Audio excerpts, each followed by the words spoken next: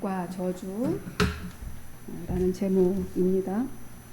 벌써 그토록 무덥고 습하고 또 폭우가 쏟아지던 8월도 이제 다 지나가고 있네요. 아무리 안 갈 것 같고 지겹고 언제 끝나나 그러지만 이 또한 지나가리라. 우리가 아무리 힘든 역경 속에 있고 못 견딜 것 같은 그런 상황 가운데 있어도 그 또한 지나가리라. 그럼에도 이렇게 무탈하게 잘 살아오신 여러분 참 대단하십니다. 장하셔요. 그렇게 하나님도 바라보고 계실 줄로 믿습니다. 이제 지쳤던 우리의 몸과 마음을 이제 동해 바다에서 지난주에 휴식하고 돌아왔습니다. 회복했지요. 수련을 그렇게 기억하면서 감사하시고 이제 성령 충만하시기를 주님의 이름으로 축복합니다. 신명기 22번째 시간 이제 모세의 설교가 계속되고 있습니다. 이스라엘 백성들이 선택받은 것은 그들이 대단해서도 합당해서도 아니고 그냥 하나님의 주권적 행위이시고 하나님의 섭리이며 선하신 뜻입니다. 따라서 하나님의 선택은 신비고 은혜라고 말씀드렸지요. 모세는 이스라엘 백성들에게 온 우주 만물이 다 하나님의 것인데 세계 만민 가운데에서 특별히 이스라엘 민족만을 택하신 것은 하나님께서 그들의 조상들을 사랑하셨기 때문이다. 이렇게 모세가 말합니다. 그러면서 택함 받은 자에게 하나님은 요구하시는 것이 있다. 이렇게 말했습니다. 뭘 요구하겠습니까? 그것은 하나님을 경외하고 주의 명령과 계명을 따라 살고 또 온 마음과 영혼으로 하나님을 섬기는 것.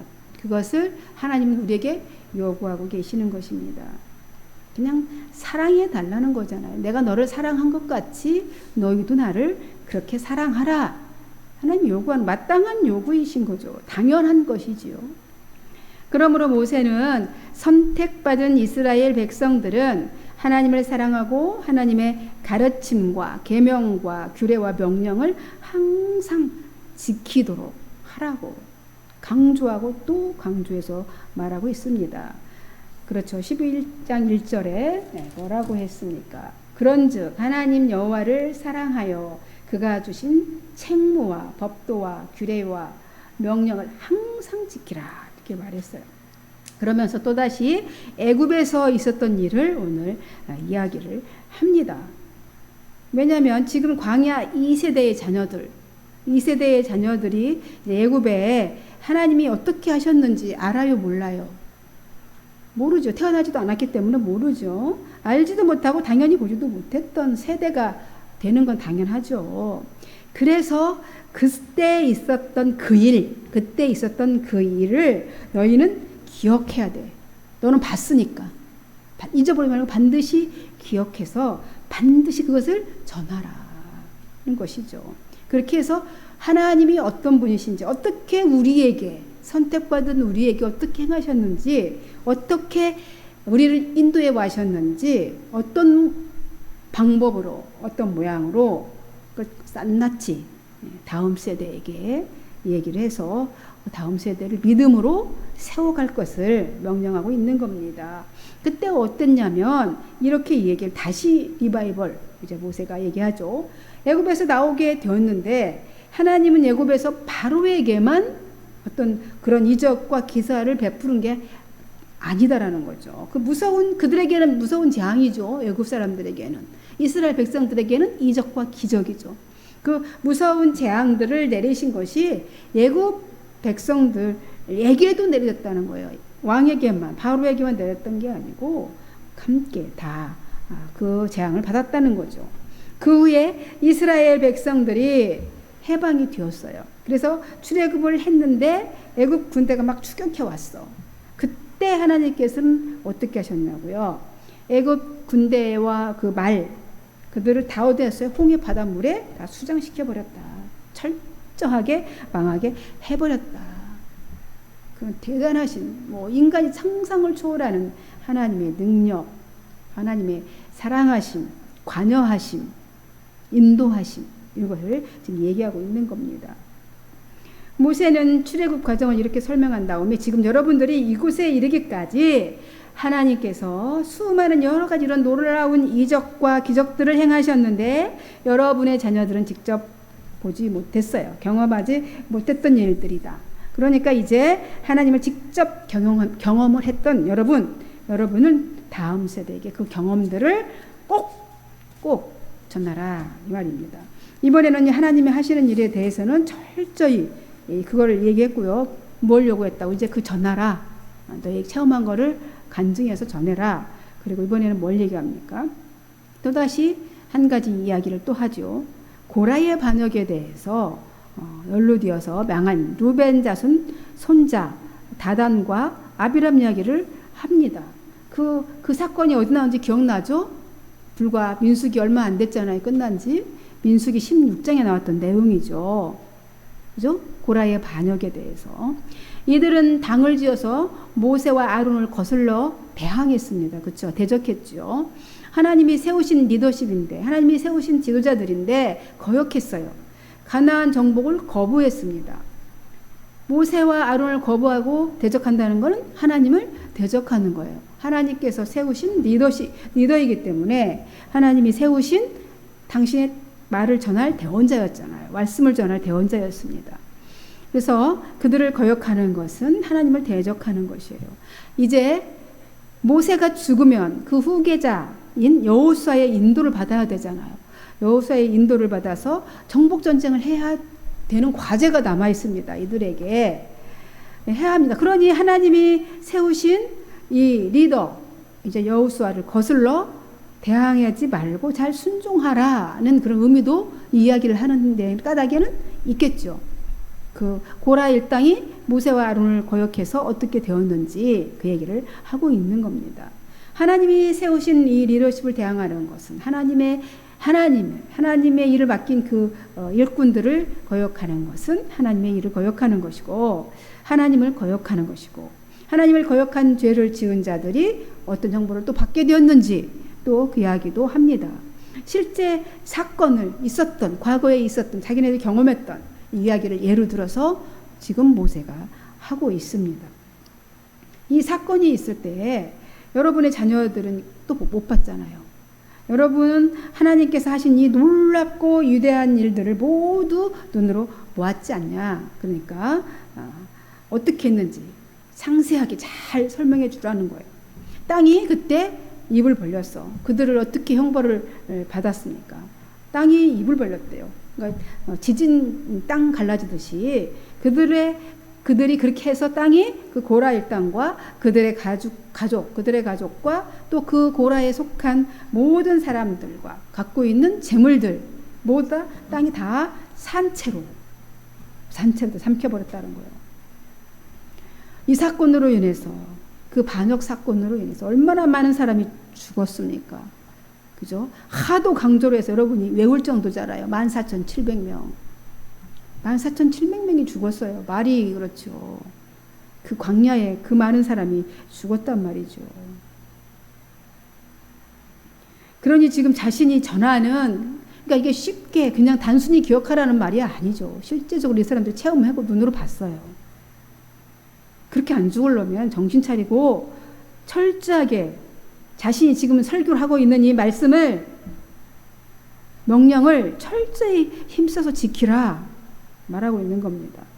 너희들이 만일 내가 설교하고 있는 이 하나님의 말씀의 이 규례들을 그렇게 지키기만 한다면 여러분은 힘을 얻을 것입니다. 그 말씀에 그 말씀에 힘을 얻을 것이고, 그래서 요단강을 건너가서 차지하려는 그 땅을 정복할 수 있을 거다. 하나님께서 그렇게 해주실 거다. 그래서 여러분이 할 일은 뭐냐면 하나님의 말씀대로 행해야 한다라는 것입니다. 계속해서 반복하고 있죠. 계속해서. 그러나 만일 그 땅에서 살 때 유혹에 빠져서 다른 신을 섬기거나 경배하면 하나님께서 노하셔서 하늘문을 닫아요. 하늘문을 닫고 비를 내리지 않아서 땅은 더 이상 소출을 내지 않고 그 좋은 땅에서 순식간에 멸망하고 말 것이다. 아무리 좋은 땅을 주면 뭐 하겠습니까? 그죠? 하나님 비를 안 내려주시면 아무것도 나올 수가 없어요. 바짝 말라버립니다. 그러므로 하나님의 말씀을 어떻게 하라는 것이죠? 18절에서 20절까지 우리 쉐마의 말씀에서 보았죠. 어떻게 하라고요?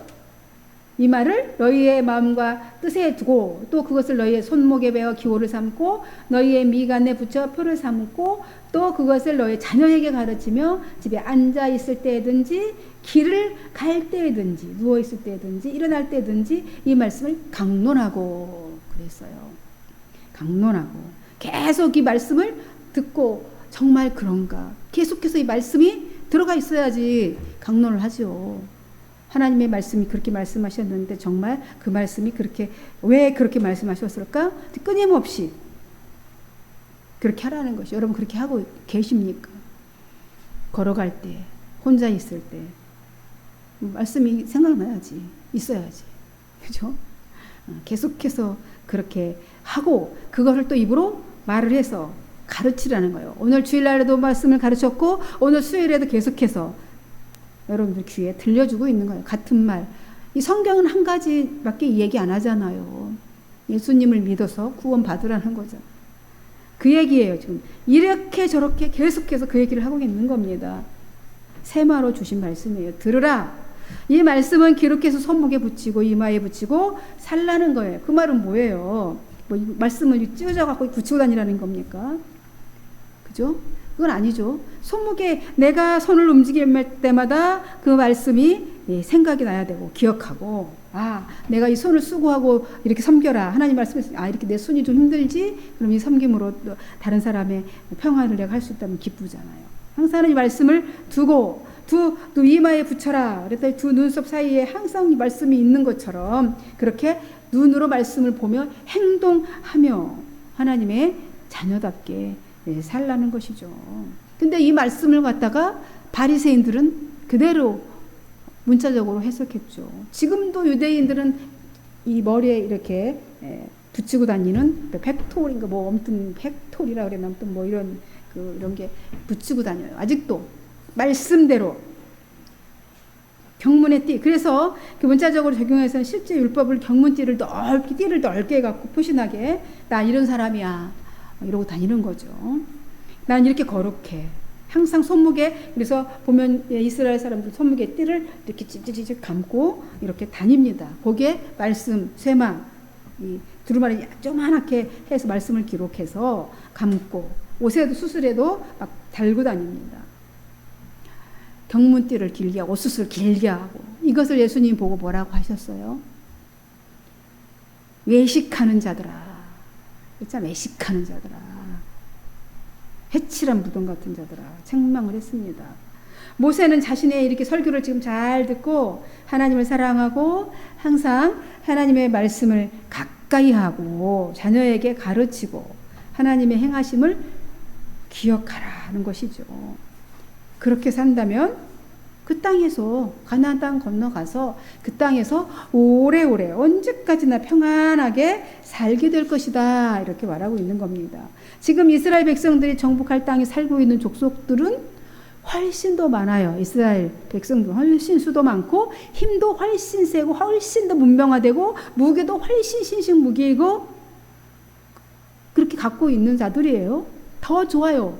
그러나 하나님이 도와주셔서 또 그들이 너희가 밟고 다니는 그 모든 땅은 다 너희의 땅이 될 거다. 이렇게 모세가 얘기하고 있습니다. 그들이 차지할 영토가 어디까지냐면요. 어디까지라고 그랬습니까? 23절 24절에 보니까 한번 읽어볼까요?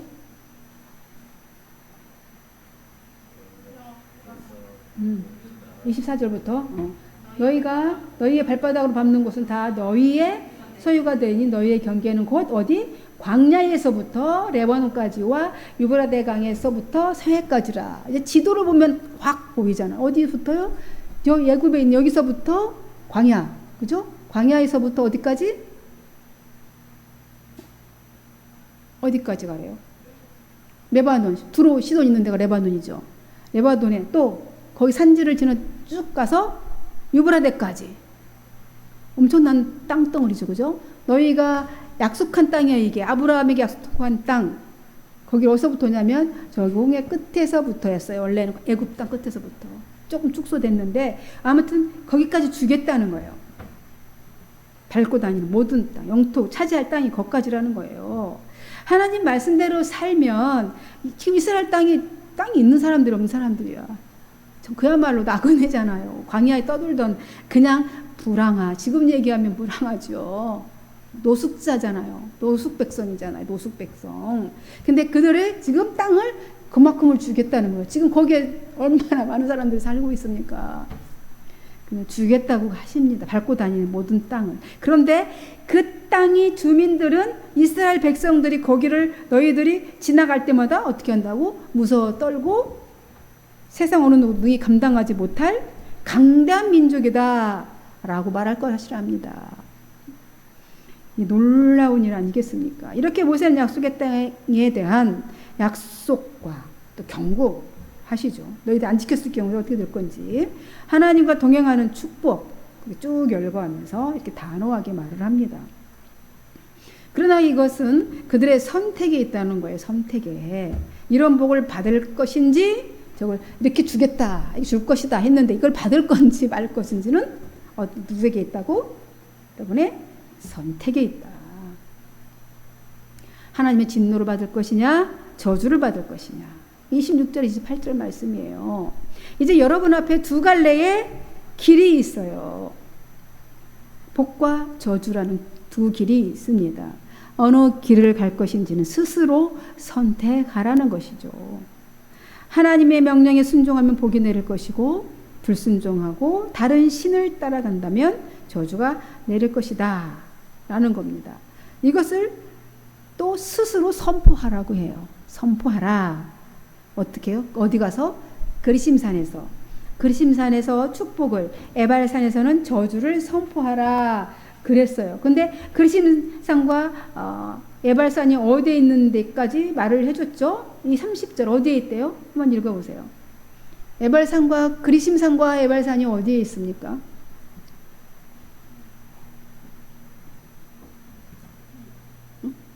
여기 위에 길갈, 그죠? 요단강 서편에 있어요? 동편에 있어요? 요단강 저쪽 그랬어요. 서편에 있습니다. 해 뜨는 쪽으로 가는 길 뒷길 맞은편 모래 상수리 나무 곁. 많이 들어봤죠? 모래 상수리 나무. 아브라함이 세겜 그죠? 옆에 있는 모래 상수리 마물의 상수리 나무에 뭘 샀어요? 막벨라굴을 샀잖아요. 거기서 처음으로 제단을 쌓았어요. 내려와서 그 근처에 있는 두 산 있는데 그 에발산과 그리심산과 에발산 두 개가 있다는 겁니다. 그런데 그리심산에서는 뭐를 하래요? 축복을 선포하래요. 백성들한테 축복을 선포하고 에발산에서는 저주를 너희들 스스로 선포하라는 거예요. 백성들 스스로. 그러니까 순종하면 에발산에 그리심산에서는 축복을 선언하고 에발산에서는 저주를 하라는 것이죠. 그리심산은 어디 골짜기 중심으로 보았을 때 골짜기를 중심으로 두 산이 있으면 골짜기가 있을 거 아니에요. 마주 보고 있는 산인데 어떻게 하라는 겁니까? 해가 뜨는 아름다운 산이에요. 그러니까 그리심산은 어디에 있냐면 그 봤을 때에 동쪽 해 뜨는 편 동편에 위치해 있는 양지 바른 곳이 이게 양지 바른 땅이 하는데 양지 바른 곳이 바로 그리심산. 그리심산 또 들어봤죠? 어서 요한복음 4장에 사마리아 여인. 우리는 그리심산에서 조상들은 예배하라고 하는데 예배 장소로 물어보잖아. 예배에 대해서. 그래서 이제는 예수님이 뭐라고 그랬어요? 영과 진리로 예배할 때가 오나니 곧 이때라. 그래서 영과 진리로 예배할 거다. 예배에 대해서 하나님이 말씀해 주셨잖아요. 예수님이. 그 그리심산 그 산이 바로 거기에 있고 그 맞은편에 에발산 맞은편에 있는데 그건 서쪽 편인데 해 지는 쪽이고 수목이 자라지 못하는 황폐한 산인 거죠. 그 상징적이지 않습니까? 말만 들어도. 그리심산은 밝아옴의 어떤 상징이죠. 축복의 상징일 것이고 에발산은 어두워짐의 저주에 상징하는 산. 그래서 에발산입니다. 그곳에서 이제 너희들이 선포하라는 거예요. 좋은 축복을 선포하라. 그리심산에서. 그리고 에발산에서는 저주를 선포하라. 이렇게 하면 저주받을 것이다 라는 걸 선포하라는 거예요. 스스로. 왜 그렇게 스스로 시청각 몸소 행하는 거예요. 그리심산 시청각 교육을 그냥 하나님 하시는 겁니다. 가서 이렇게 하나님 말씀을 계명을 잘 지키고 하나님 말씀을 따라 이렇게 행할 때 축복받을지어다. 아멘. 그럴 거예요. 그죠? 근데 여기 저주의 산에 가서 이렇게 하나님의 말씀 명령을 어기 우상을 섬기면 저주받을지어다. 아멘. 또 그러겠죠. 이렇게 선포하라는 거예요. 시청각 교육을, 실질적인 교육을 하나님이 하라고 이제 이게 모세가 이렇게 얘기를 하고 있는 거죠. 모세는 계속해서 이스라엘 백성들에게 하나님은 반드시 여러분을 가나안 땅에 들이실 거예요. 들으실 것이고 살게 하실 것인데 이제 그 복을 누리는 것은 누구 하기에 달려 있다고요? 누구들 하기에 달려 있다. 분명히 하나님은 우리에게도 축복과 저주를 우리에게도 두 길을 놓으셨어요. 그래서 그것을 얻을 수 있는 것은 우리 네 하기 나름이다 할 탓이다라는 거죠. 우리가 소망이 한맘교회가 지금은 비록 이렇게 연약한 모습으로 있지만 우리가 믿음으로 앉아있지 않습니까? 소망으로 앉아있지 않습니까? 반드시 그러게 우리는 뭘 받아요? 축복 받습니다. 그 축복을 선언하시기 바랍니다. 여러분의 입술에 늘 축복을 선포하세요. 이것을 하나님이 선포하도록 하셨어요. 스스로. 너희들 스스로 선포하면 그대로 되는 것이죠. 우리 말에는 능력이 있습니다. 이제 말씀을 맺습니다. 모세는 이미 하나님께서 이르신 말씀을 다 마음을 다하여 이제 가르칩니다. 그죠? 하나님께서 모세에게 하셨던 말씀을 모세가 이제 자기 마음을 다해서 그 말씀을 가르쳐요. 다 설득력 있게 잘 해석해서 가르쳤습니다. 이미 수십 차례에 걸쳐서 순종과 불순종의 결과로 주어졌음을 가르쳤어요. 순종하면 복이고 거절하면 저주라는 거. 이미도 계속해서 여기까지 신명기까지 오기까지 계속해서 모세가 이야기를 하고 있습니다. 축복과 저주를 스스로 선포하라고 또 가르쳐요. 그 복을 왜 이렇게 하라고 합니까? 하나님께서 약속하신 그 놀라운 축복들을 있는데 이 복을 놓치지 말고 그 복을 오래도록 누리고 싶으면 하나님의 명령과 율법을 반드시 지키라는 것이죠. 그러니까 왜? 모세는 너희들이 우리 민족이 우리 후손이 오래오래 누렸으면 좋겠다는 거잖아요. 그래서 이렇게 간절하게 설교를 하고 있는 겁니다. 사랑하는 성도 여러분, 모세가 없을 때라도 반드시 우리 인생 앞에는 복과 저주가 있습니다. 놓여 있어요. 하나님 말씀하셨잖아요. 어느 길을 갈 것인지는 우리의 선택에 맡기셨어요. 그 결과 역시 우리 두 가지 결과로 나타납니다. 여러분, 오늘 우리의 이 말씀의 묵상 포인트가 뭐이겠습니까? 하나님께서는 우리 입으로 시인한 것을 축복과 저주로 확정하신다는 거예요. 그러니까 선포하라 하셨잖아요.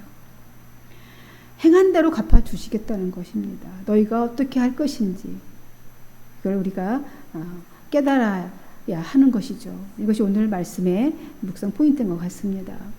항상 저와 여러분의 입술에는 그래서 축복의 언어가 있어야 되겠죠. 축복의 언어. 항상 우리는 하나님께서 우리에게 이미 약속하셨어. 그리고 이미 그 복이 임했어요. 그것을 시인하라는 거예요. 선언하라고, 선포하라는 거예요. 내가 이미 예수 그리스도를 주라 고백했습니다. 그러면 그것을 선포하고 시인을 해야 되는 거예요. 입술로. 거기까지를 하나님이 우리에게 요구하고 계시는 것입니다. 하나님의 은혜가 오늘 여러분에게 임했습니다. 성령이 여러분의 인생을 이제 주도해가고 인도해갈 것입니다. 그걸 믿으시고 늘 소망 가운데 힘차게 생명력 있게 살아가시길 바랍니다. 기도하겠습니다. 하나님 아버지 감사합니다. 하나님은 우리 앞에 복과 저주를 함께 놓아 주셨습니다. 왜냐하면 우리는 기계가 아니고 인격체이기 때문에 그것도 하나님 우리에게 맡겨주셨습니다. 그것도 선하신 하나님의 뜻과 사랑인 것을 저희가 압니다. 그러나 아버지 우리가 분별력이 없어서 미련하여서 혹시라도 저주의 길을 가지 않도록 복의 길을 가도록 아버지 그렇게 저희들에게 지혜를 주셔서 그렇게 인도해 주시기를 원합니다. 하나님 오늘도 귀한 말씀 감사합니다. 날마다 우리 입술에 하나님이 주신 그 축복을 시인하는 입술 되게 하시고 늘 우리 입술에 축복의 언어가 있기를 원합니다. 감사하고 그리스도이신 예수님의 이름으로 기도하옵나이다. 아멘.